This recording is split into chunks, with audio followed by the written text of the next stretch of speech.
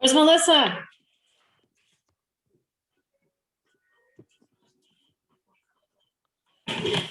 Hello. Hello.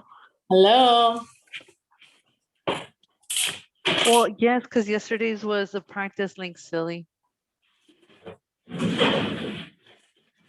Here, let me forward it to you because somebody's not prepared.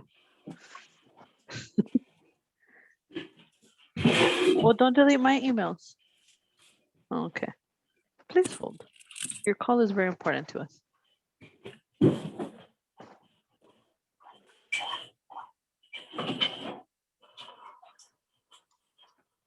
Okay, see if that one works.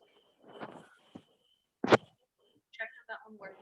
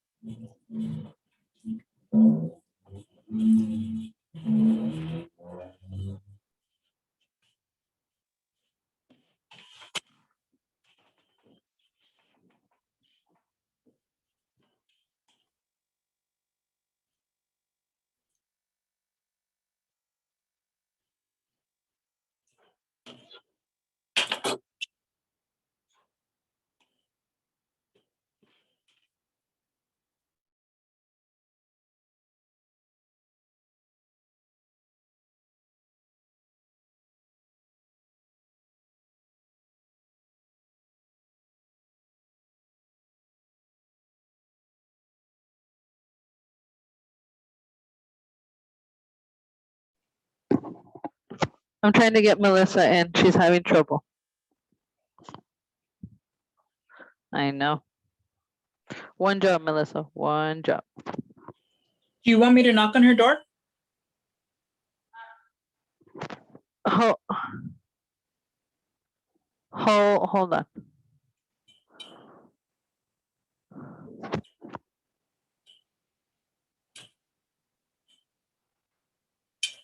Do you want me to forward her my link? She's having trouble. She's signing in with the webinar ID. Let me see if she's able to. If worst comes to worst, she can always come over here. Hold on. All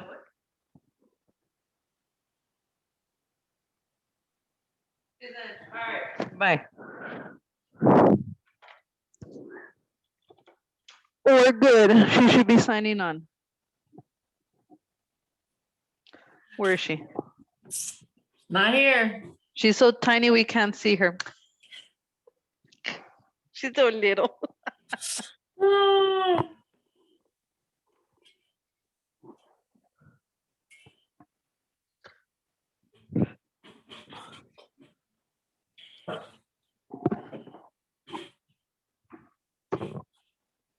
Do you want me to send her the link?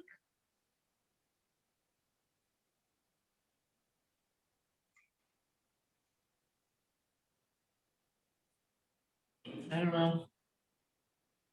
We did a practice yesterday and she signed on right away. Okay. I know. Let me No, see. what happened? We gotta go into the other side. People are probably starting to come. Are they? Can you tell? No, No. No, because we're in a practice session still.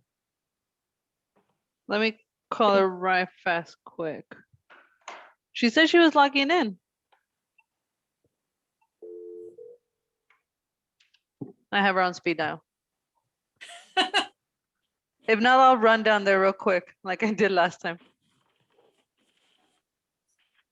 I have her bio and everything here to read.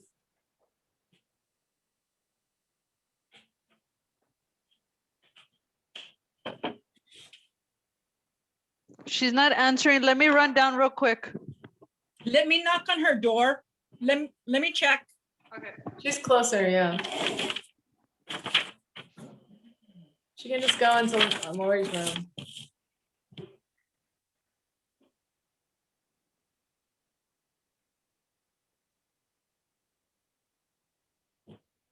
She might be running upstairs because she's not in her office. Her door's open and her office is empty. So I don't know Okay. where she went.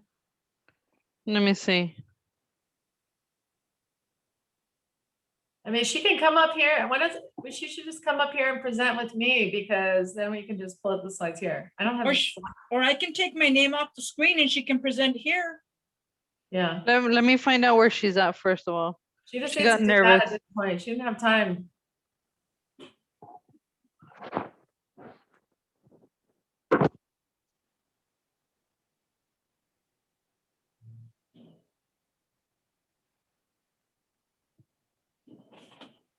Melissa Carrasco, missing in action. Okay, her door closed, so she's probably in the bathroom. Her door is closed now, so she's in her office. Okay, so you're in as an invitee. Okay, so then once we start the webinar, I'll include you like I did with Dr. Martin. Oh, you're in? Okay, so Dr. Martin, she's in like you were last time as a registry? I can't hear you. She's, hold on, Melissa. She's in, but she's in like a participant. So when we start the webinar, I'll do what I did last time with you. I'll You switch her privileges. All right, let's start. Okay, All let's right. go. Okay, we're starting.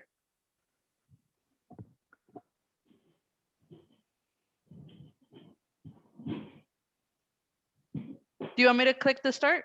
You want me to do it? I'm gonna do it. We're done. Do it. We're in.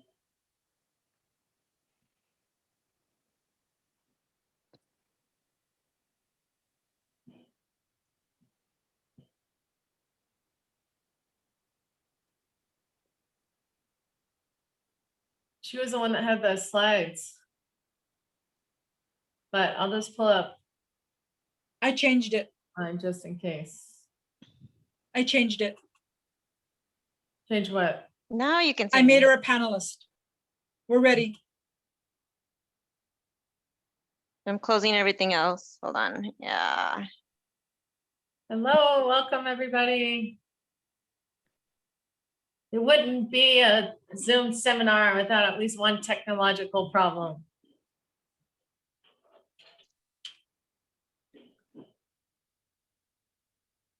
And I have the slides too, Melissa, if it doesn't work. Yeah, I got it. You should be seeing the Cme procedures, right? Nope. What? You have to share your screen. Oh, that's right. Sorry. Mm, That's okay. That's what I'm here for. That's what we are here for. mm. I'm sharing now, right? Yes. Yes. And then if you can just make it as a presentation. There you go. There you go. Looks Okay. beautiful. Looks Huge. beautiful. This is the part we edit out when we put our videos on YouTube. Does everybody have their filter on? Oh, and people are already telling me, oh, filters. I forgot the filters. Yes. Everybody's already saying where they're from and saying hello. Deborah De Leon from Hands of Healing, RGB. They come every week. I think it's so great. Eli Gonzalez or Eli Gonzalez, case manager. Also Hands of Healing, RGB. We love hearing where everybody's from. This is great. And the panelists, I mean, the audience is assuring me they see the slides too. Okay, good. Paso, Central Texas, Brandy, New Braunfels. Dr. Shaw from Pediatrics with a Mission. Oh, I love the name of that practice. That's great. Jessica Snow, let's see, wait. Jessica Snow, Sawyer Behavioral Health. And that's local here in El Paso. We're based out of El Paso. Alma Romero, program coordinator, NAMI El Paso. We work with NAMI on a lot of different projects. We always want to work with them more, so we hope that's continuing. Clint ISD, Tony from Clint ISD, that's great. Nice. Oh, and the Pediatrics with a Mission, that is in Plano, Texas. Nice. Oh, goodness. Tirsa Gomez from EMS. at the Clint ISD, and Clint is one of the new schools that we have signed up with, new school districts that signed up for a school-based program, which is a set of programs where children and teenagers can have an evaluation and 4 follow-up appointments, and then we set up a treatment plan for them to return back to the community. And so it's just the beginning of that program, but so far so good. We're getting a few referrals here and there, so hopefully that will pick up.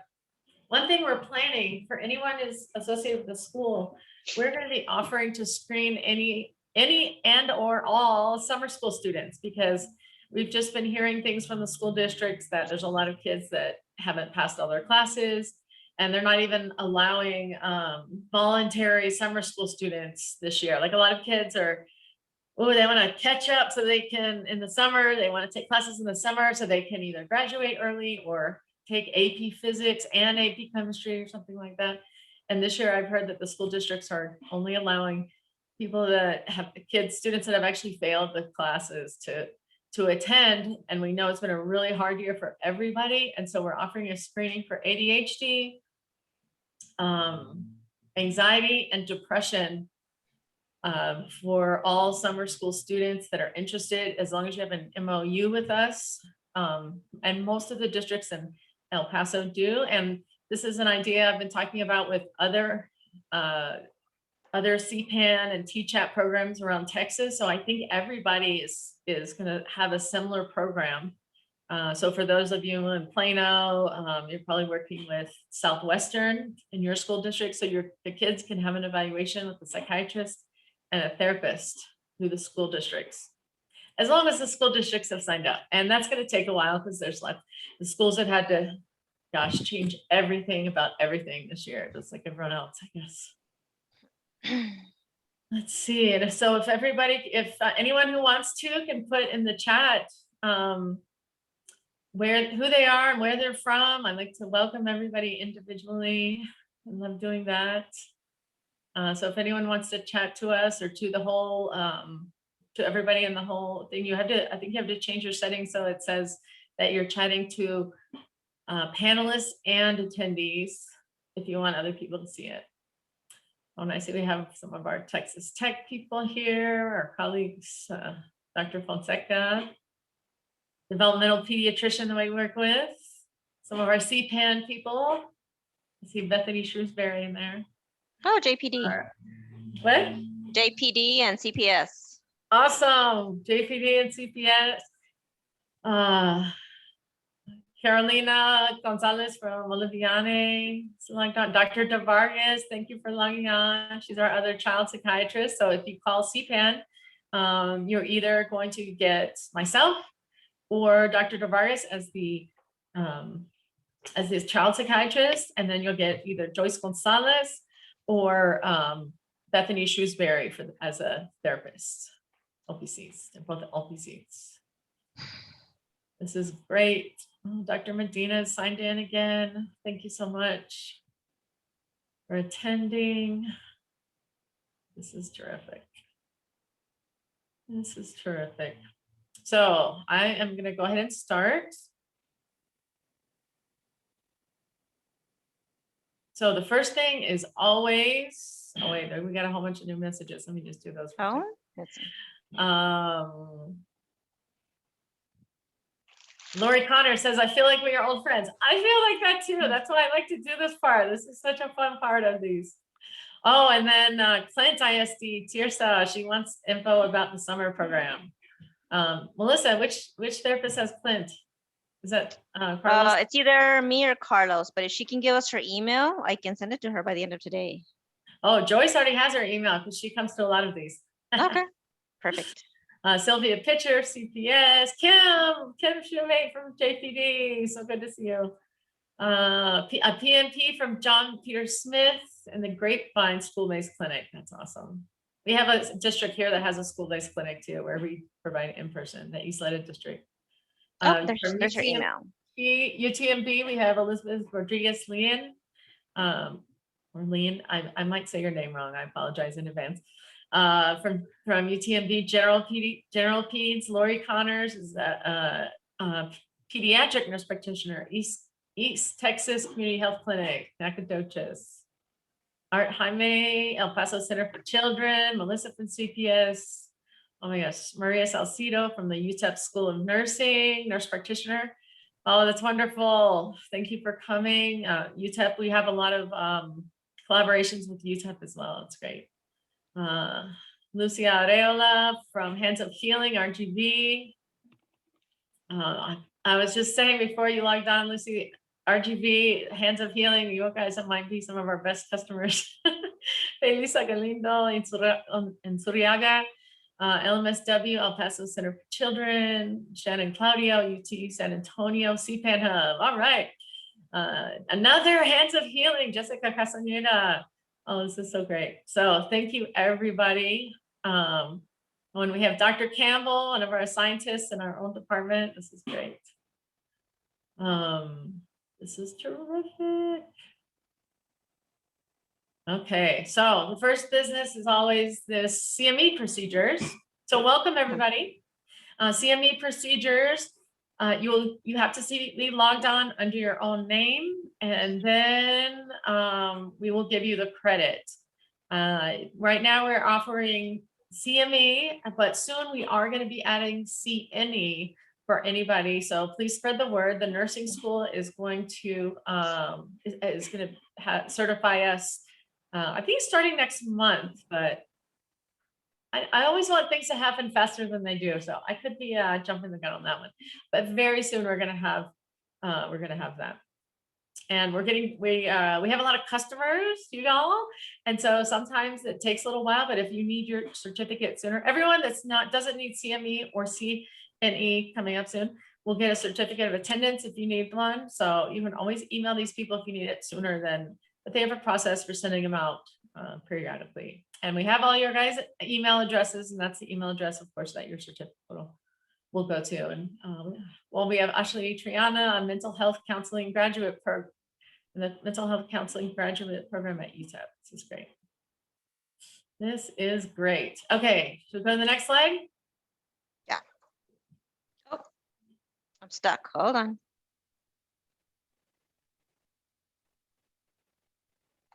There we go. There we go. Oh, that one just Okay. Okay, this is us, Texas Tech El Paso Health Sciences Center.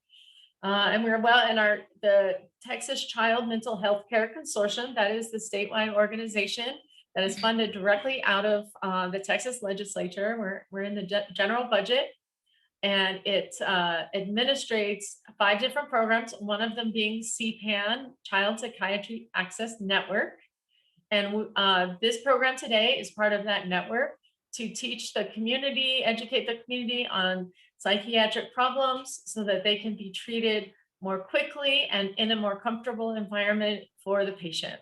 So we are not the ones as child psychiatrists and therapists that really pick up on a lot of these problems. What happens is someone like yourselves identify this. And so the more you know about, okay, can I treat this myself, or do I need to refer it to someone else? So that is the point of the whole educational part of our program. And then of course we have the part where you call up and we'll give you all kinds of advice. So today we're going to be, here, let's see, let me introduce Melissa. You put my name first on this, but really Melissa has put together most of this presentation, and I'm just going to do the part about medication. Melissa Carrasco Herrera has her master's in education, and she's an LPC supervisor. And that is one thing that we're trying here in our programs is all our LPCs, we are facilitating them to become supervisors in order to help the whole community, because we're hoping that, maybe they're moonlighting and supervising people, but eventually we would love to develop a network or kind of an internship residency type program for LPCAs to facilitate them to become LPCSs with the minimum of problems. So we have Melissa and Joyce both got certified as supervisors. So we're very happy about that. All right, next slide. Ready? So this is where Melissa is going to start, but I'm going to tell you a little bit more about Melissa. Okay. She is currently a mental health clinician at Texas Tech with us, El Paso. She was born and raised in El Paso in the Hidden Valley area and attended Riverside High School, as well as its feeder schools, Riverside Middle and Escarate Elementary. My husband went to Riverside, Mhm. and he's quite a bit older than you are, but Mature. He's mature. he's mature. And we also Yeah. we have a clinic at Riverside. They have a pediatrics, adolescent medicine, and child psychiatry in their clinic, and we are the providers. At Texas Tech is the providers of all three services. So she has a bachelor's degree from UTEP in social work and a master's degree from UTEP in counseling. She has dedicated her life to working with adults, adolescents, and children with mental health issues. She has experience working with outpatient mental health services, including the inception of what is now Atlantis Behavioral. That's an outpatient clinic in town, and has worked at the El Paso Psychiatric Center in the Child and Adolescent Unit. More recently, she worked at Fort Bliss with military families as a military family life counselor and conducted resiliency groups with children and adolescents through the DoD EA grant. Prior to coming to Texas Tech, she worked in private practice at the Counseling Center of the Expressive Arts, and while there, worked with patients dealing with trauma due to the Walmart shooting in August 2020. It has been a very 2020 and 2021 have been very hard years. So anyway, I'm going to turn it over to Melissa to discuss disruptive mood dysregulation disorder. They give it a really long name, and I really would have given it a much simpler name. But anyway, she's going to tell you all about it, and then I'm going to jump in the middle and talk about the medications. And on slide 20 something, and then I'll give it back to Melissa. So there you go. Thank you so much for joining us, and take it away, Melissa. Okay. Thank you for coming in, especially during your lunch hour. But I did want to go over it's disruptive mood dysregulation disorder. One of the problems we have is that it's still being researched. It's still very much misunderstood. Pretty much, we didn't start seeing that actual diagnosis till after the 1990s. Many doctors were trying to find something to describe the dangerous and the severe outbursts and the temper tantrums that children were having, which were out of the ordinary. So they thought about possibly diagnosing them with bipolar disorder. The problem is the tantrums and the outbursts are not just cyclical, and they don't just happen every now and then. Pretty much these children are constantly having tantrums and are constantly irritable. It's pretty much like both at home and school, walking on eggshells. You don't know what could trigger them, what can set them off, and it's pretty much explosive. They go into rages. Let me see if I can advance. That's strange. Okay, let's see if I can do this. Oops, sorry. Let me go back. Sorry, computer issues. Some doctors thought about possibly, instead of DMDD before then, diagnosing the children with rapid cycling bipolar disorder. Specifically, this was studied by Biederman and Geller. The only problem, as I said before, is that there is no cycling. It's a consistent irritability that is always there. And like I said, the irritability is always there, and it's like a ticking time bomb. You don't know what could trigger them, who can trigger them. If you even look at them wrong, they'll go off. And so the appearance of the bipolar was due to the outbursts lasting for hours. Pretty much once they get triggered, it's hard to pretty much control them. And that's some of the problems that we start seeing both at home with the parents and in the schools with teachers. Automatically you think, okay, well, let me go towards the child when they're having these episodes to try to help them out. Like, wrong. Whenever they're in these rages, they perceive someone coming towards them as they're going to be attacked. So one of the first things we say is, if anything, stay away from them, give them as much space as they need, both at home and at school, because you going towards them is going to give them a misperception that you're coming at me, you're being aggressive, stay away. So what you need to do, if anything, is give them the room that they need to do whatever they need to do, both at school and at home. In the classroom, I would definitely tell you, don't try to go after the child to take them out of the classroom. Do the opposite. Leave that child in the classroom and get the other children and yourself out, because they're gonna need that silence and everyone out of that room to calm down. It's not something you can really try to control.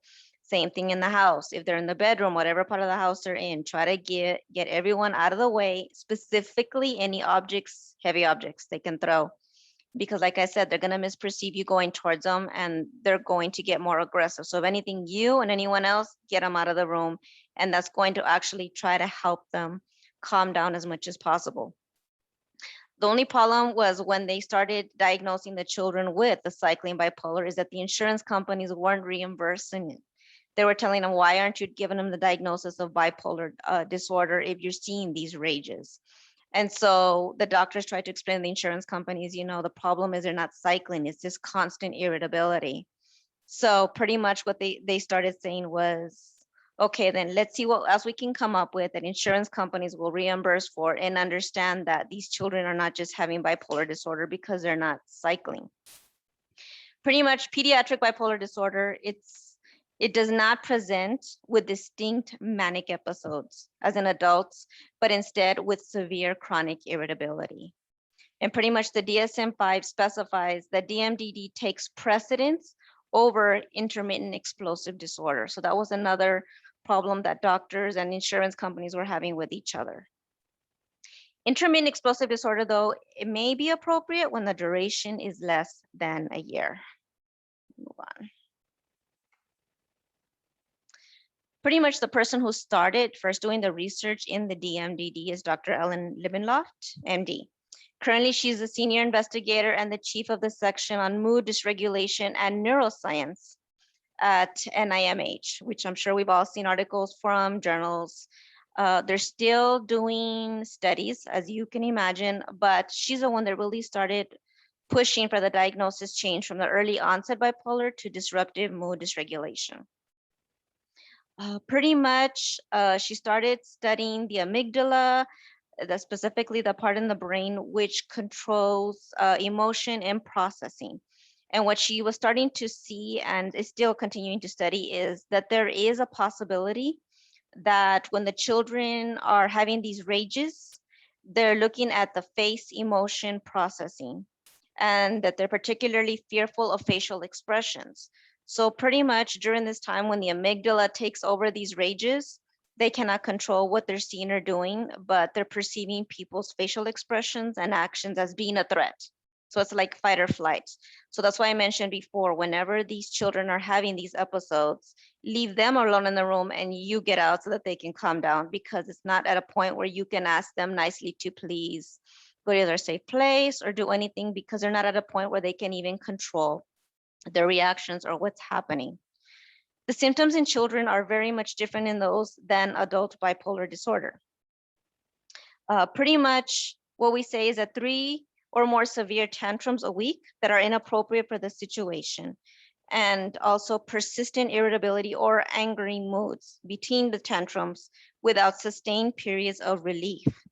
So I know it's horrible to think of, but if you can possibly think of being a parent or even a teacher having to try to manage these children, it's very difficult because you don't know if it's a person triggering them, if it's a smell, sensation, anything going on in the room. So pretty much until you find out what is triggering them, all you can do is try to stay away, try to see if you can try to help them control themselves by leaving the situation, and then they eventually come down. The NIMH pretty much came up with DMDD after studying the children previously diagnosed with bipolar, and they're like, yeah, no, there's no cycling with these kids. It's like they're constantly irritable. It's adults and teachers having to deal with this irritability. That's the problem, not so much their cycling. As I mentioned, these children are constantly irritable. It's like walking on eggshells. They may have brief periods where you may see a smile on their face and they're happy, but then it can suddenly switch on you.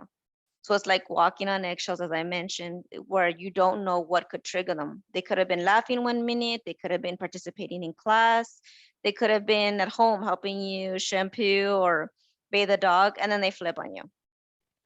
The one thing that parents and teachers do say is that the irritability is very similar to that of oppositional defiant and the conduct disorder. The only difference is that the irritability that you sometimes find in bipolar disorder is episodic. So it's representing a change from the person's usual state. And what we usually say is that it actually interferes with their daily living skills at home. And then at school, it actually can also interfere in their schoolwork, because if you can imagine, it's very hard for a teacher to even have class if she can't take him out of the classroom, because if you physically try to get them out, they'll actually be even more angered. And that's where they actually might start grabbing objects around them, both at home and school, throwing them, flinging them. And it's very hard to control, because oftentimes after they have these anger fits, they don't often remember what they even did.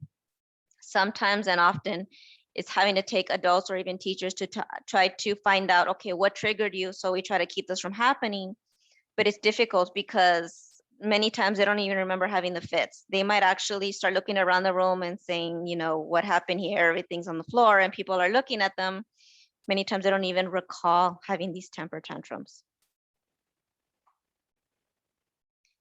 The DSM-5 diagnosis criteria pretty much is the recurrent temper outbursts that are manifested verbally or behaviorally or even both. And they're definitely out of proportion in intensity or duration. Pretty much you can go from a scale of 1 to 10 in a matter of seconds. Like as I said, it can be very explosive, where they can just walk into a room after going on a potty break at school or coming out of the restroom, and they start throwing things at you and you have no idea what triggered them. The temper outbursts are very inconsistent with a developmental level. As I mentioned, they're not going to be like the toddlers that throw themselves on the ground, not getting their way. It's the very opposite. It's very much they burst out towards you, start flinging things, saying things at you. And as I mentioned, it's hard to have them process what happened afterwards, because as I mentioned, some of these memories to them, they don't remember what happened. So that's often what kind of interferes with the parents, therapists, and even teachers trying to find out what triggered them, because they're having to go backwards to remember what it was that made them angry, and most of the memories aren't even there.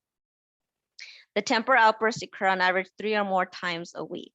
So that's kind of what separated them from having the conduct disorder and oppositional, because they happen 3 or more times a week, as opposed to several times a day, hour, month, you name it. Plus there is remorse with what they did, but as I mentioned, the memory of them had done it is not there.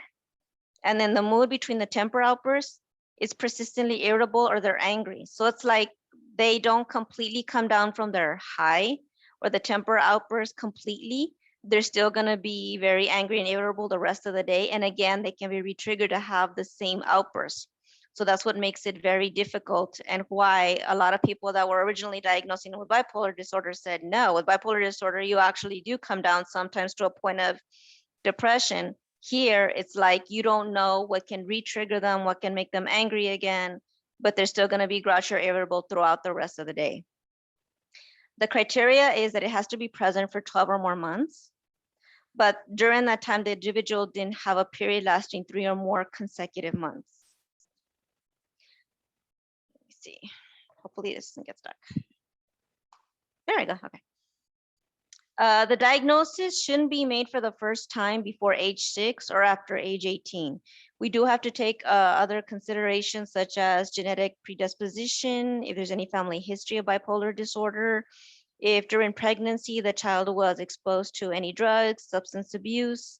So we need to take other things into consideration. And also what's important is that oftentimes also with DMDD, it's possible for the child to also possibly have ADHD or ADD, which you also have to treat. The presentation will go into it later on also, but it's difficult when you're trying to treat the ADHD and the ADD and the DMDD, because it's like you have to make sure that the medications that treat one thing aren't going to trigger the episodes of anger and the irritability as well. So it's really asking the right questions to the parents, the age that they saw it, the types of tantrums they have.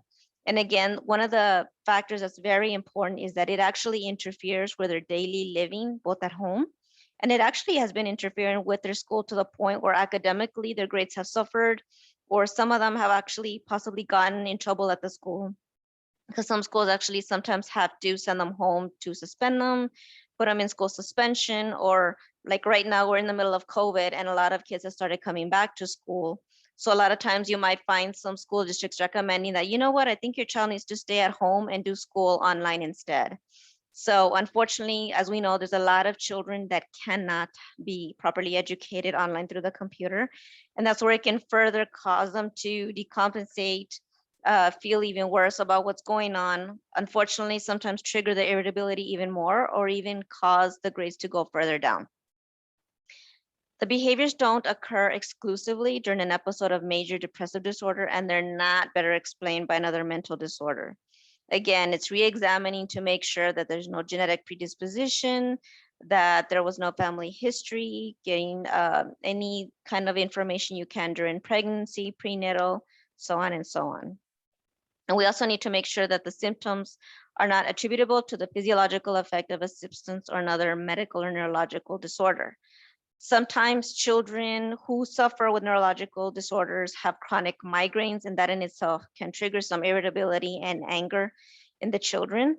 Also, the brain chemistry, there can be an increased activation in the areas of the brain specific to controlling aggression and inhibition.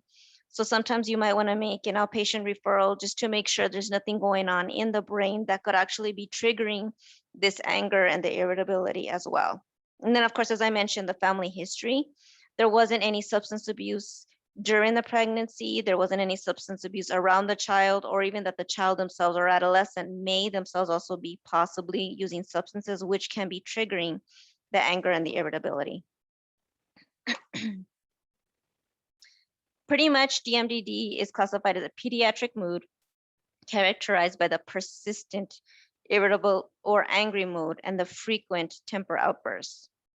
Those are the one things that definitely offset and differentiate it from the oppositional defiant and the other disorders, only because they're frequent. And as I mentioned, whenever they come down from the temper outburst, they're still angry. So at any point, they don't completely get back to normal, only to a certain point where you're not sure what or when they can be re-triggered. The outbursts usually occur 3 or more times per week, and the mood in between, as I mentioned, is they never go back to normal. They're always irritable. And again, as I mentioned, the symptoms have to be present for the 12 months before diagnosis can be made. And they have to be diagnosed between the ages of 6 to 18. Pretty much once they're age 18 and over, then we need to possibly start looking at other things going on. And that the tantrums can't be due to autism spectrum. So that's where we also need to make sure that we ask the right questions of the family members, any genetic predispositions, developmental disabilities, or even maybe possibly processing disorders that they may be having in school, which can be causing the temper tantrums possibly at school because they're having problems learning or even a learning disability. And then again, as I mentioned, any history of substance abuse in the adolescent themselves, or even possibly in utero during the pregnancy. One of the things is it has to be present not just at home. It has to be witnessed both the home, school, daycare, different settings, not just one. And also, excuse me, the symptoms usually have to be seen in not just the parents, but often teachers, daycare providers, or people that are outside of the family that can actually say, no, definitely he or she has had these anger tantrums, episodes where they start screaming for no reason. 1 minute they're happy, they can be having a great time playing with each other, and the next you look and in the room they're just like throwing things, yelling, screaming. There's actually physical aggression towards other. They're not normal for the child's age because they're not common for the children to have meltdowns when they don't get their way.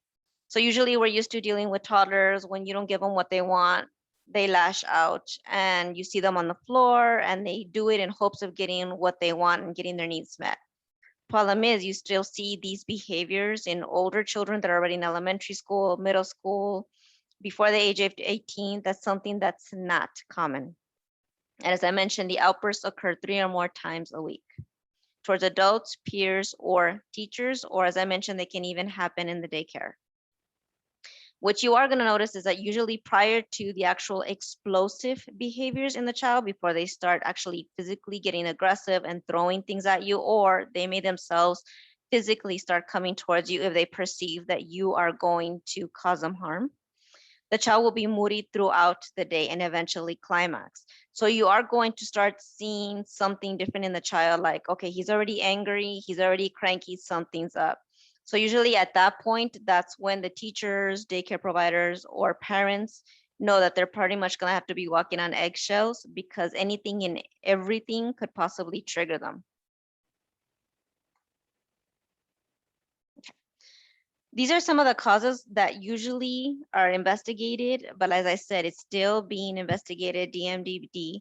We're still not sure what possibly could be causing it.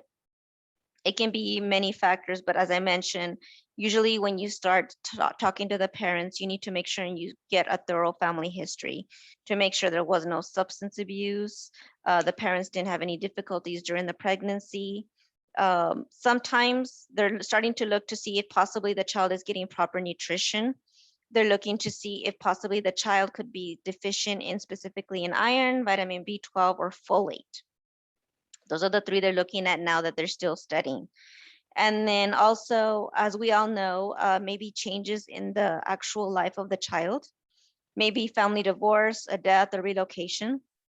As we all know, right now we're going through a pandemic, and it's especially hard for children because they're not even able to go, well, before they weren't able to go into hospitals to visit their sick family members, such as maybe close grandparents that they were close to. And unfortunately, it's even worse when they passed away and they weren't even able to physically see a body. And unfortunately, some of the funerals have to be expedited because of the COVID. So it's like they really don't have any closure as to what happened to this caregiver. Am I ever going to see them again? Or, you know, what's going on? So it's also having that closure of death or having an inconsistency in their life can also possibly cause some of the triggers of the DMDD.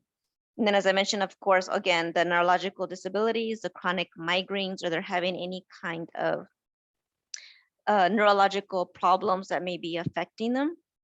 And then again, the brain chemistry. So that's some of the things that we take into consideration before we start looking at other factors. Pretty much there is an increased risk of children if there's a family history of DMDD. So definitely, again, it's taking a thorough family history and finding out from the parents, you know, can we find out from grandparents how you were in the school during these ages? Did you have the same problematic behaviors? What did they do to try to help you? And unfortunately, what they've been finding in the studies is that the males are more likely to have DMDD than females, but there have been some females that have been found to have DMDD. And again, as I mentioned, the family conflicts, school difficulties, school suspensions are the ones that affect them the most, only because they feel left out of being able to socialize with peers, especially during COVID. But if they get suspended, a lot of times it's misperceived that they can control their behaviors, and that whatever they did as far as throwing objects or being physically aggressive towards teachers or even their parents, that it was something they could control. And unfortunately, at this point, the studies show that they're at a point where it's a fight or flight. They misperceive people trying to help them as coming at them, so they attack. And it's not something they can really control, because when they're having these fits, they're at a point where they're having they see themselves as having to protect themselves. Pretty much they found that any children who are not properly treated when they're younger now with DMDD have a high risk for anxiety and unipolar depression in adulthood. So unfortunately, the DMD doesn't go away, but it manifests instead as anxiety and unipolar depression. And they found that a lot of people that they've assessed have voiced that when they were younger in elementary school or in the school system, they had difficulty in the schools, they had these temper tantrums, constant irritability, and anger, so that they have been able to find.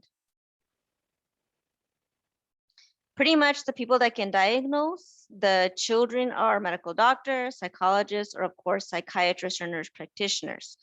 Pretty much they start seeing these children in their clinics when the parents start having the issues, or they start getting called into the principal's office, or start having these meetings with the teachers that the explosions are happening, they're not going away, they're actually throwing objects at other students, and it can actually be harming other people in the classroom. So whenever you do a proper assessment, it has to include observations, not just from the people that see them every day, caregivers, but also teachers, any daycare providers, anyone that has any kind of contact with a child. That way you get a proper evaluation as to, oh yes, I've seen this child having these temper tantrums, but you're seeing that it's a wide variety of things that triggers them. It's not just one certain person, not one certain situation that triggers them. Definitely, I know we can't do school visits right now and interviews, but definitely we can't do them in person, but we can do them through the Doxy or definitely the WebEx to try to find out what's going on within the school system, even with the administrators to try to find out, okay, what is going on that could possibly causing this anger or triggering them to go off. One of the requirements though for the DMDD is that there is a mood disturbance and that it has to be present for 12 months or more. And again, the age, the child has to be between the ages of 6 to 17 years of age. They were present before the age of 10. And again, we've evaluated them and definitely ruled out anything neurological going on with them, any migraines, anything else that might have been happening.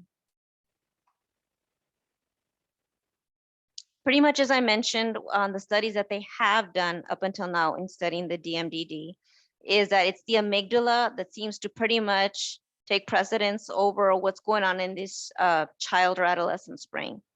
It's the controls the body and the thinking and pretty much where the brakes are located. So as you can imagine, whenever this child is going off, the amygdala is pretty much in control. So like, as I mentioned, they become physically aggressive, they start throwing objects, and pretty much eventually, once they eventually come down, again, they don't have any memory of what occurred, what happened, or even what might have triggered them. And that sometimes is what makes it difficult to try to find out how to help them. If you do take them to eventually to a counselor to do CBT or any kind of counseling, they're trying to identify what triggered them, but unfortunately, not even they themselves may know what triggered the actual episode. Fear is a one thing that sometimes these children have whenever they're having these episodes. And it's usually triggered from a response from a traumatic experience, car accident, abuse, or anything that might be going on. But as I mentioned, whenever the children or adolescents are having these episodes, the best thing to do is get everyone else out of the room and leave them by themselves, because at this point it's fight or flight. They're perceiving anything and everyone around them is trying to harm them. If they see that you're just standing at a stance where you're not going to harm them, hands down, you back away, they'll be able to calm down a lot sooner than if they see you slowly and steadily walking towards them. They're going to perceive you as trying to hurt them. And if anything, is going to cause them to be re-triggered or the anger to be even worse. So the best thing to do as a professional teacher, anyone you can talk to, is tell them back off, get everyone else out of the room, try to take, heavy objects out of the room, and they'll eventually calm down. But it's going to happen a lot faster than if they perceive teachers going towards them and trying to hurt them. And again, I put some illustrations of fight or flight because pretty much, as I mentioned, the amygdala takes over whenever they're having these episodes. Cortisol is getting released and they're just thinking of, okay, I need to keep myself safe. They're going to perceive that a lot faster and come down from these tantrums a lot faster. If they perceive they're not going to be attacked, they're going to be fine. And then we'll be able to talk to them in a calmer atmosphere and try to figure out, okay, are you okay? Okay, then bring everyone back in. And then hopefully they won't be re-triggered to have another episode. And then Dr. Martin's going to take over from here.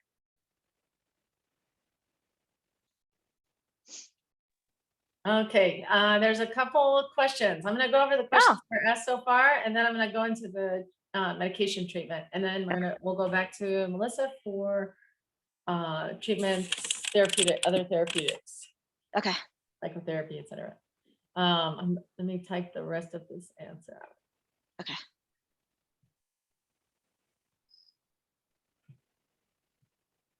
Okay. Okay, someone in the audience asked, does a family history of bipolar disorder mean a higher risk of DMD? And I would say, and I think this is what Melissa was trying to get at, is if there is a family member that has bipolar disorder, you would just want to look much more closely and evaluate much more closely to make sure that this child doesn't have bipolar disorder. Bipolar disorder is very rare in children, but DMD, so if you had to go by the numbers, put your money on DMDD. If the patient has like a bipolar mother and the mother's aunt has bipolar disorder, and you're sure it's bipolar disorder and not borderline personality disorder, which are two things that often get confused, then you would want to keep that a little tighter into your differential. That's what you were getting at, right, Melissa? With the bipolar. Yes, pretty much, diagnosis. because unfortunately we live in a society where right away they're like, okay, well, you know, my aunt, uncle, grandma all have bipolar disorder, so the child must have it. I'm like, not necessarily. You need to make sure that the right questions are asked and answered. And as I mentioned, remember that the DMDD is you're constantly irritable and you're constantly angry. That never goes away. Whereas as opposed to bipolar, there's a cyclical, there's a cycle to it. Whereas with DMDD, like I mentioned, is you're constantly walking on eggshells. So that's one of the things that also helps to differentiate. So that's one thing that you also want to mention to the doctors. They're like, you know what? It's like walking on eggshells. He or she are always angry. They're always irritable. There's no coming down from there. Or they were happy, but then they were triggered off. That's a clear difference from the bipolar disorder. Okay. All right. And then somebody asked a question about TBI. So if you have a kid that has a TBI, most providers are going to list that as the primary diagnosis, because you might want to add, especially like occupational therapy, speech therapy if needed. So you want to make sure you include that as a diagnosis. If they also meet criteria for DMDD, even after they have optimized the usual treatment for the TBI, the traumatic brain injury, then you might want to consider having that child and treat them as if they did have DMDD, but there's not TBI. Irritability due to TBIs is notoriously hard to treat. But if you have tried the standard things, the kid is still extremely irritable. I mean, they can't go through life like that. The longer they stay like that, the more aggressive they are, and the more trouble they get into, and it can be really disastrous. So if you have optimized that TBI treatment, then I would consider using what I'm about to talk about if all else fails. And it was a similar question about in utero exposure. So the mother's using drugs or alcohol while pregnant. If the child meets a diagnostic criteria for, say, fetal alcohol syndrome, most providers probably put that as a primary diagnosis. And this is probably more likely, the treatment that I'm about to talk to is probably more likely to be effective for these kids, even though we have identified the probable cause of their symptoms. The treatments I'm about to talk to probably will also be helpful for them. All righty. And people always ask for our slides. I love it when they ask for that. And every presenter that we have had has always been so happy to share their slides with everybody, because that's the whole point of this program, is to share as much knowledge as we can. There's another question. Would these children benefit from being in a smaller classroom or special education setting? It doesn't seem practical to have a teacher remove a full classroom of students repeatedly to allow this child to settle down. Does this create a positive reinforcement cycle that everyone else responds to these tantrums? So that is a complicated question. It's a great question. And a lot of times these kids, if we can't help them with treatment, that the treatment I'm about to talk about and Melissa's about to talk about, then that can be very helpful, because some kids don't respond to treatment. And we're going to get in later on in the presentation into the 504 and IEPs. So hang on. Okay, we're going to talk about that. Yes. I'll stop there then, because a lot of times they do get into a smaller classroom, and Melissa's going to cover that. Okay, so here we go. This cute little picture of the brain, and the amygdala is one of the places, the brain has all these feedback loops, but the amygdala is one place that's identified as being responsible for rage. During the times when the kid's having a big outburst, because it's low level irritability and then big outburst is the pattern. A lot of times they don't remember what they did. So trying to talk through with the child why they got so angry, why they exploded, is probably not going to be that helpful.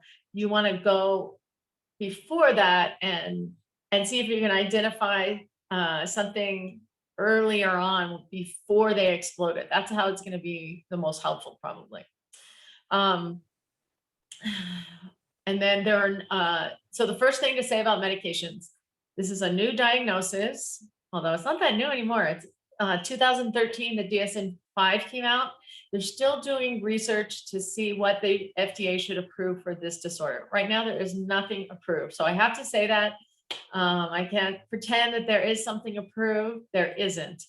And this is a controversial topic. Oh, there's a lot of people who have very strong opinions about how you should treat this disorder.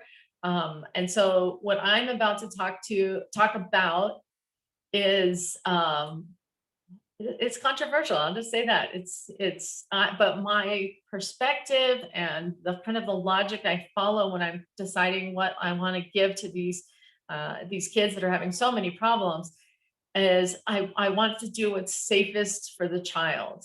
And a lot of times what's safest for the child is something heavy duty. But I try to start with the less heavy duty medications first so we can minimize any side effects that the child might experience.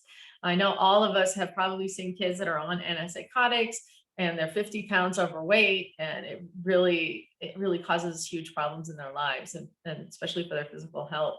So that's just the tact that the path that I follow when I'm thinking. So I'm just sharing you with you my own personal thoughts. And I know Dr. DeVargas and I have talked about this topic many times, and she has very similar recommendations that I do. So if you talk to either of us at Texas Tech, this is kind of the perspective you'll get. So the first thing I do is I evaluate for, and anything when I say I do it, I mean, really everyone, all of you providers in our audience, please, you can do it too. That's why we're providing this extra education. So first I recommend evaluating for comorbid disorders and treat those disorders to the best, try to get the best results you can with FDA approved medications. ADHD or impulse control problems. Sometimes kids like this are sensitive to stimulants. So sometimes you need to add clonidine, which is approved for ADHD. I recommend the long acting. It's called, the brand name is Intuniv. It's really just a long acting clonidine, or atomoxetine, which is also called Strattera. Both of those are once a day medications. They are not stimulants, but they are approved for ADHD. We really want to try and maximize treatment for the impulsivity, because impulsivity plus irritability, these kids, they get themselves in lots of trouble. If you need to add a stimulant and the child has had a bad reaction to stimulants in the past, but you still are having ADHD and impulsivity symptoms, you might want to start Amantadine or a mood stabilizer first before you start a stimulant. So that's just something to consider. If you start a stimulant though, or the child's already on a stimulant, has had some improvement, then you might want to increase that dose. Oh wait, can you go back go back for a second? Oh no, this is right. Okay, yeah. And then SSRIs, if they are clearly anxious or depressed, I usually start fluoxetine and see if that is helpful. And for a lot of kids, you can get quite a bit of improvement with fluoxetine. And this new disorder is in the depressive disorders category with the DSM-5. And the reason they did that is because these kids as adults tend to have more typical depressive episodes. Okay, next slide. If you don't get any improvement treating the ADHD and or with an SSRI for an antidepressant, such as fluoxetine, then you might consider Amantadine. So Amantadine is an old medication. In children, it is approved for treatment of flu symptoms, but is not approved for any psychiatric symptom. It is also approved for Parkinson's disease. So often you'll see elderly people on it. And this is not a super common medication. And some people think, oh my God, that's horrible. But you know what? I've never had a patient have a side effect to Amantadine. When you start Amantadine, it either works or it doesn't work. For kids that are a little on the bigger side, you usually I start 100 milligrams once a day, and then I go to, and then if they tolerate that, then I go to 100 milligrams twice a day. If they're getting into the teenage years and a little bit bigger, then if that 100 milligrams twice a day is not effective, then I tend to try 200 milligrams twice a day. But you have to be a pretty big kid. And so in this slide set, I had put the recommendations for starting dosing in milligrams per kilograms per day, but you do need to divide it into 2 doses. 2 doses that are 8 hours apart. So before they go to school and after they go to school is how most people do it. If you have patients that have, and I know you guys, I'm preaching to the choir. If you have patients that don't take their meds or they forget to take their meds, the school nurse, if the kids are physically in school, is by far, they're way better than I'm a parent, and I always forget. Kids that get their medication at school, dang, those school nurses, they are awesome. They never forget. They have their little charts. They do their charts in the morning, at lunchtime, and at the end of the day, and they do a great job. The target dose should be 10 to 15 milligrams per kilogram per day. There's some things I've read about blood levels, ordering a blood level, but good luck finding a lab that does an amantadine blood level. It's not commonly enough used that most labs probably don't have it. It'd probably take too long to actually be useful. So if you try that and nothing happens, and this is the effects, I usually see the effects in a couple weeks after, in a week or two after starting the medication and getting to that 10 to 15 milligrams per kilogram per day. Like I said, an older, oh, and someone's asking a great question. So to add and not wean if these are not effective. If something isn't effective, definitely take it off. Some medications you need to taper off. Fluoxetine has such a long half-life, you do not need to taper it. It self-tapers. And then stimulants, you do not need to taper either. Other medications, I usually do, as far as like Strattera and Clonidine. Clonidine, you start 1 milligram a day, 1 milligram a day for 1 week, and then you can go to 2, and then 3, and then 4. And so when I taper people off, I do the same way. And it's so amazing to me always that how little people write about tapering off. There's a lot about titrating up and not tapering off. So I've tried a lot of different things. Some of them didn't work out. But of course I'm only going to tell you all things that do work out. So on Clonidine, I go 4 milligrams all right, they're already on 4 milligrams. So then you would go to 3 milligrams per week, 2 milligrams per week, and 1 milligram per week. So if something doesn't work, that was the best. I'm so glad you reminded me of that. Yeah, I definitely taper off.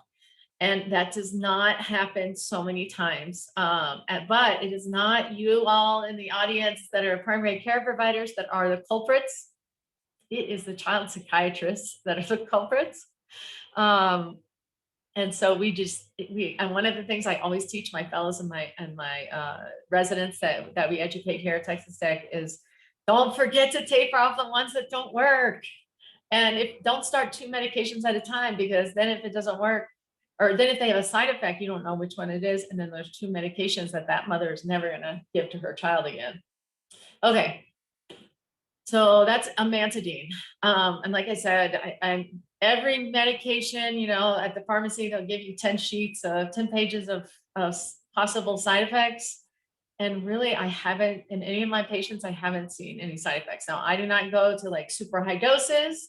The most I've ever prescribed would be 200 twice a day for really like an adult size kid. And sometimes it doesn't work. If it doesn't work, then I just taper it off 100 milligrams a week at a time.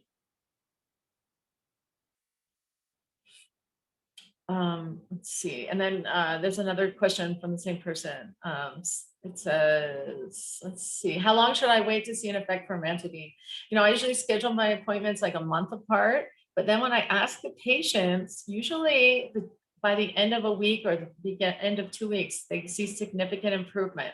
If they don't, they can always call you at 2 weeks, and if it's tolerating it, and then you can go ahead and increase one of the planned increases over the phone. So then when you see them in a month, you will know whether the amantadine has worked or not.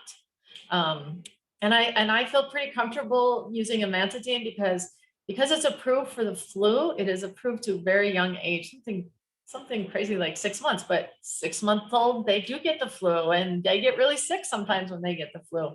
So a lot of the medications that we use in child psychiatry are not approved in children because people don't like to put their children in child psychiatry studies that involve medication.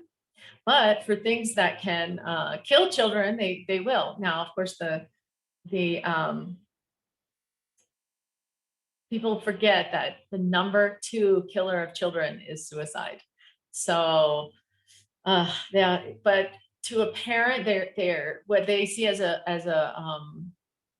what they fear for their children has more to do with the flu or epilepsy or things like that. So you'll see anticonvulsants approved down to 6 months as well. And so those are some of the medications that child psychiatrists use too, because they have been tested for safety in children. There's just not a lot of big trials for oxcarbazepine. A lot of the trials that we teach our residents and are like the mainstay of our profession, the patients are in the hundreds, not the thousands like the adult studies. I don't know if I answered that question. So anything that you start and you don't get any improvement at all, I would just go ahead and take it off before you start the next thing. Before you start the next medication. Let's see. If there's now for oxcarbazepine is an anti-epileptic, an anticonvulsant. It is approved in children also, just like amantadine. Now, these 2 medications, amantadine and oxcarbazepine, do tend to work in tandem. There is like an additive effect. So if the amantadine doesn't work, if the stimulant doesn't work, I would taper it off. If fluoxetine doesn't work, I would stop it. But if the amantadine doesn't work and the problems of this child are very severe, you might consider adding oxcarbazepine. Now, here's the touchy part. There's not any huge study. So some people start with oxcarbazepine and some people start with amantadine. I'll tell you, I start with amantadine because oxcarbazepine, you have to start really low and then go up and up and up. I should have put the starting milligrams per kilogram, but the target dosing is 25 to 50. But that one, usually you start at 150 a day, then you go to 150 twice a day, and you take it. So it's weeks before you would get to an effective dose, especially if it's not as strong of a medication. Whereas many times I've started amantadine 100 milligrams twice a day, and it works even without the oxcarbazepine. But if you get these kids, I know Kim Shoemate in the audience, and she knows what I'm talking about, that we have many kids on this combination because these kids have gotten themselves in big trouble.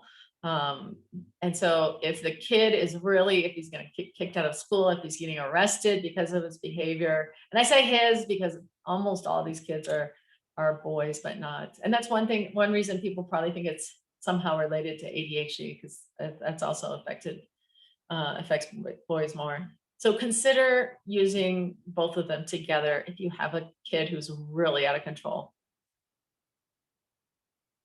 And then you might want to add a stimulant. So there are many people that, I don't know if I should have many. There's some psychiatrists say before giving up, you should try amantadine, then add oxcarbazepine or the reverse. And then if they're still impulsive, add a stimulant. And it's probably, in these cases, it's probably safer to add a stimulant after you already have these 2 on board, because sometimes you do get this kind of rebound effect. Okay, next slide.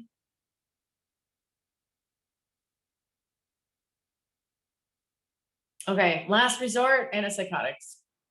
I'm trying to be as safe as I can with this algorithm, recommending all these things that a lot of people maybe aren't that comfortable with. So I really encourage you all to try the ones on the previous page. But sometimes a kid is having so many problems that they do need an antipsychotic and they need it now. But if you can wait, if you see that a kid's having more and more problems and they aren't to the level of needing an antipsychotic, please, please call us and we'll help you. We'll do our calculator, although pediatricians are better at calculators than calculating the milligrams per kilogram than psychiatrists, I'm sure. But we will help you feel comfortable about trying these. I'll tell you, almost all of my patients that I have to put on an antipsychotic have side effects. Almost every single one, whether it's they're feeling sleepy or they're gaining weight or their triglycerides go up.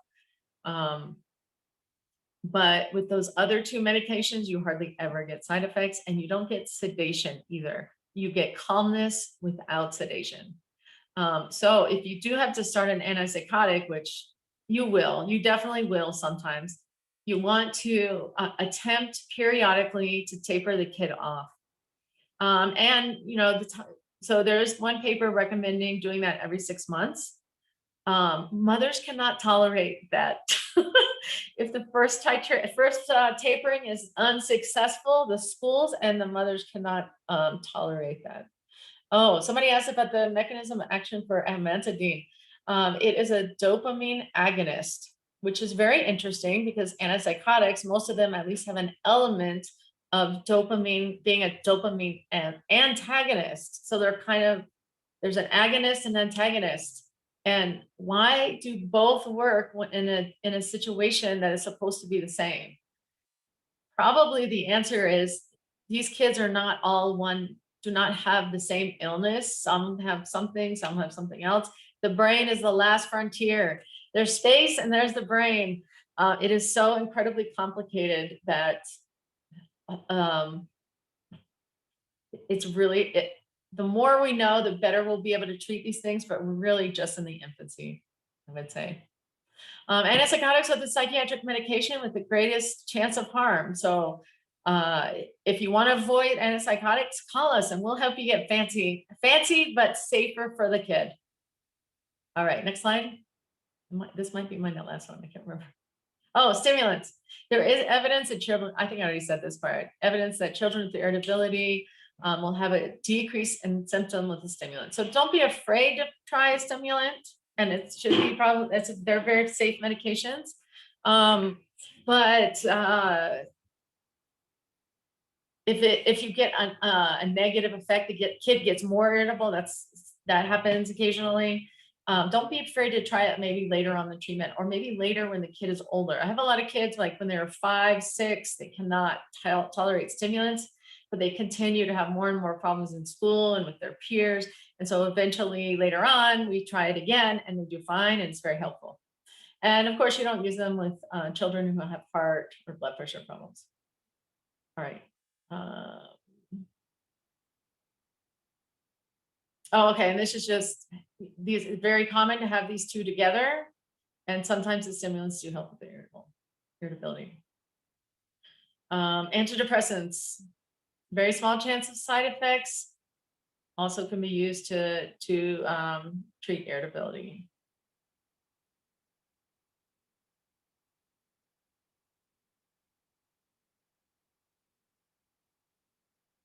And these are just some of the problems you can have with antipsychotics. Hormone changes, that one is mostly Resveratrol.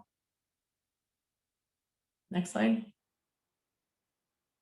This is some of the evidence. We're running out of time, so we can just skip through this, but there are studies that show that there are fewer rehospitalizations if you stay on this amantadine oxcarbazepine combination. So this guy works with kids who have to go to residential treatment, the kids with the most severe symptoms. And he's been successful with treating a lot of these kids. Okay, next slide. And this is just a summary of the study. Continuing. Next slide. Okay, this is my last slide. Okay, medication may be needed when counseling alone, and if you guys have time to stay, we'll talk about that real quick. Variety of medications are used to treat emotional and behavioral problems. These medications are used to treat the symptoms. They do not change the brain in any significant way. And so so basically you're calming the child in the safest way possible while they are sorting out their coping skills. A kid with this disorder must have extremely good coping skills, whereas a kid who doesn't have temper problem doesn't really need that. They can develop their own in their own way and they're fine. These kids really need help though. And try to avoid the antipsychotics and call us if you need help. Okay, Melissa, I took up all your time, sorry. No, it's okay. For those of you teachers and those of you that work with the children, one thing is, as I said, you try to meet with the child to find out what triggered them. This is also why, as a doctor, you also want to talk to teachers, anyone else that's around them, because you try to figure out, okay, they can't remember, but maybe you can. What were they doing? What triggered them? What smell? What taste? What memory? What was going on? We always refer them to do CBT counseling so that they can help regulate their moods and increase their tolerance towards frustration so they don't have these explosions, and to try to calm down their irritable behavior. Now, when you're in school, definitely, as you mentioned, you might want to have either a 504 or IEP meeting. Definitely, if the child is already diagnosed with ADHD, they most likely already have one of these plans. But what it is sitting down and trying to accommodate this child so you don't socially isolate them from their peers and they can still do well in school. So trying to figure out, okay, if it's that they don't understand a subject or schoolwork that's triggering them, then let's give them more help in the assignment or less of a task to do, but yet they're still able to do the requirements necessary in whatever school district they work with. If they need more time for PE or maybe some more breaks to walk around so they're not always sitting down in one position, just trying to figure out what works the best for them so they're not always getting re-triggered, and possibly see if we can try to direct them, if possible, tell them, you know what, if you feel this sensation, you're getting angry or irritable and you think you're about to be triggered, give them a safe place in the classroom or in the school where they can go to, where they don't have objects to throw around, but they can have a way to control their behavior, try to calm themselves down before they explode. And then the more that they get used to doing this, the more they'll be able to control the overall behaviors. Again, as I mentioned, you want to remove the child from the settings or situations that trigger the symptoms. Try to figure out what it is that's triggering them. But whenever they're already at the point where they exploded, don't go towards the children. Remove everyone else and all the objects around them instead, because they'll perceive you trying to approach them as you're trying to harm them. At that point, it's just safer for you to stay back. Just keep an eye on them. And as long as they see that you're not a threat or anyone else is going to try to harm them, they'll be able to de-escalate a lot faster.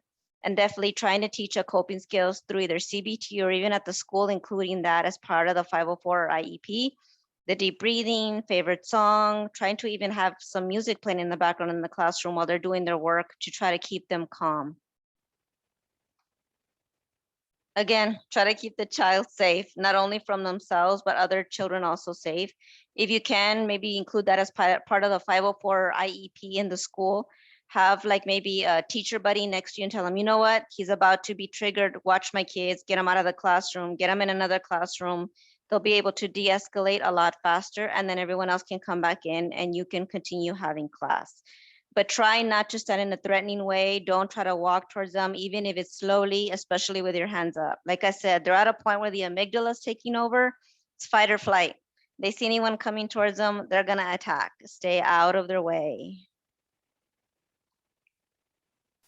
And these are some of the prognosis. As I said, they're still doing studies, both behaviorally, counseling, and with the medications. So pretty much some children outgrow the symptoms while others may inherit the depression and anxiety. But as I said, hopefully the medications along with the counseling can help them. And also they're at higher risk for poverty, violent relationships, nicotine use to help them with the anxiety, and overall risky behaviors in adulthood because they have a hard time controlling their overall behaviors. And then any questions? All right, let's see. Dr. Shaw says, it seems very inconvenient to move the whole class out. It could lead to more problems in other kids who are disturbed by this behavior. You know, usually this isn't something that you would do every day. It's something you would do to maintain safety in that event. And Yes. then hopefully, because it is inconvenient, the school will get together and make up one of these other plans in order to prevent these some of these episodes, and really help the parents understand that they do need more treatment, and to include primary care, CPAN, therapists. And remember, part of our CPAN program is to help you find therapists who are taking the kind of patient that you want to refer. Almost pretty much every single psychiatric disorder, the treatment is more successful, there are better outcomes, the kids are functioning better if you add some sort of therapy, whether it's family, group, individual, CBT, whatever it is. We highly recommend adding therapy, especially for a disorder like this, where there are no FDA treatments, there are no big studies. And that's one reason I want to really encourage using the safest medications possible. Because really what we want to change is to maximize these kids and the family's coping skills. So let's see. Any more questions? We had a lot of questions today. I love it when we have lots of questions. Yeah. It's great. I know that any of you that are in rural areas, you probably are much more likely to treat this sort of patient yourself, or a kid who's escalating really quickly, even in an urban area. It's really hard to get appointments with child psychiatrists quickly. So please help us. You know, this is a program. Please let us help you, although you'll be helping us too. So, because of course we can, the more you all call, the more we can, you can forward to the at the end. I think it has our name and number and phone number. Sorry, Melissa. No And problem. There you go. to help you manage these kids. You can call us every single time they come in until they're stable. And then if they ever get unstable, then you can call us again. We answer the phone from 8 to 5 in the central time zone and 7 to 4 in the mountain time zone. Although I had them change my account so it still rings after hours. And so, because most of the time I do not go home at 4. And at 7 a.m. Bethany's the one answering the phone. So I do, most of the time I can answer the calls even after hours. I do go to bed early, that's the only thing. But thank you so much for joining us today. I'm so appreciative of all of the people that come, and it's great to see the same people time after time. I just love it. Okay, right now on the survey, right now is the time where we're planning the rest of our or the next 6 months. So we have scheduled, I think, up to August what we're going to have, and then but we're planning for the next 6 months after that. So now's the time to get us your suggestions. You can put them in the chat right now about what you want to learn in the future. But thank you all for coming. Here's our counties that we cover. We go all the way down the Eagle Pass down here. And we are starting to do road trips now. So if you want us to come visit your clinic, please just ask. And we'll tell you when we can get down there, and we can do presentations about CPAN, but we can also do actual CME presentations. And it's so wonderful. The CME department moved next door to us in the same building. They're just in the offices, the suite next door. And so we just love working with them and providing all these educational things. So, and thank you for all the thank yous we're getting in the chat. So appreciate it. I so appreciate it. To enroll, you can click on that little QR code if you're fancy and technologically savvy. Sometimes my camera does it and sometimes it doesn't. But you can always just call us, and really all we need, you can call us up and say, this is Dr. So-and-so. I am an MD in pediatrics, and my email address is blah, blah, blah. And that's all we need, because everything about you guys is on the internet.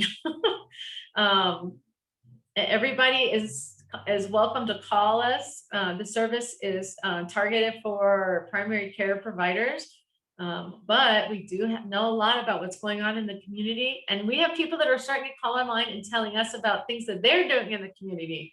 And I really would encourage you to do that if you're a therapist, because we give out a lot of referrals every week. If you have changes in your practice, we need to know that.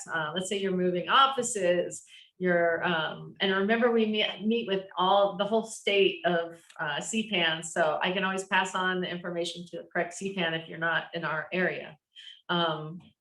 Because we want to try and get kids in to be seen. It's people always, all age, whether you're a kid or an adult, the earlier you can get treatment for a psychiatric problem, the better. And you know how it is. You write so many referrals for your patients, and either the wait is too long, or the wait is too long, or they don't want to go to see a psychiatrist. I mean, people are scared, they're nervous, but they already know you guys. They know you and they love you. Some of them they've known ever since, the parents have known you ever since they came for their first, well baby visit after delivery. So that's one reason that we really want to encourage you all to learn more about psychiatry, and then let us help you practice. And I'm just appreciative of everybody that helps us. Melissa, thank you so much for your presentation. And it seems like you were in agreement. We could send out the slides. I had a lot of requests for your slides. Okay, great. Maybe I'll try to improve the medication part so it's more obvious, like what goes together, but what should be tried alone. But in the end, if the parent doesn't think something's effective, you're gonna have to discontinue it anyway. So just go ahead and discontinue it. But any questions, please call us. It's myself and Dr. DeVargas that answer usually it's Bethany and Joyce that answer first, and then they'll transfer the call to either myself or Dr. DeVargas. And Dr. DeVargas knows way more than me, so you're lucky if you get her. But I've been doing this quite a few years myself, and I love it when you all call in. And thank you so much for coming. We really appreciate it. Bye, everybody.